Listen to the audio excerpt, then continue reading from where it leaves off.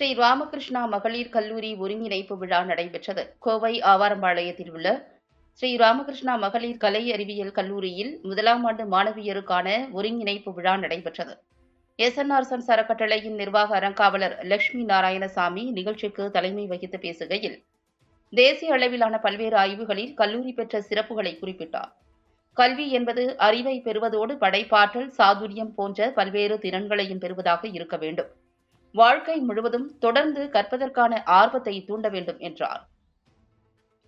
நிகழ்ச்சியில் சிறப்பு விருந்தினராக சென்னையில் உள்ள சாஸ்திரா பல்கலைக்கழகத்தின் இயக்குநர் மற்றும் இந்தோ ஜப்பானிய G20 சிறப்பு பேராசிரியருமான முனைவர் சுதா சேஷையன் கலந்து கொண்டு பேசுகையில், மாணவிகள் தங்களுக்கான குறிக்கோள்களை தாங்களே தீர்மானித்துக் கொண்டு அதை அடைவதற்காக தொடர்ந்து முயற்சி செய்ய வேண்டும் என்றார். கட்டுப்பாடான சுதந்திரம் பற்றி கூறியவர் சாதனையாளர்களின் குணநலன்களை பற்றி எடுத்துரைத்ததோடு, நேர மேலாண்மை, ஒழுக்கம், குழு மனப்பான்மை, தொடர்ந்து கற்றல் மற்றும் குழுவாக பொறுப்புகளை ஏற்பது பற்றியும் அவர் குறிப்பிட்டார். கல்லூரி முதல்வர் முனைவர் சித்ரா கல்லூரியின் சாதனைகளையும் பல்வேறு துறைகளிலும் மாணவியர் பெற்ற வெற்றிகளையும் குறிப்பிட்டு, கல்லூரி வாழ்வில் அடியெடுத்து வைக்கும் மாணவியரை வாழ்த்தி வரவேற்றார். கல்லூரியின் மூத்த மாணவிகள் தங்களது இளம் தோழிகளுக்கு விதை பந்துகளை கொடுத்து வரவேற்றனர்.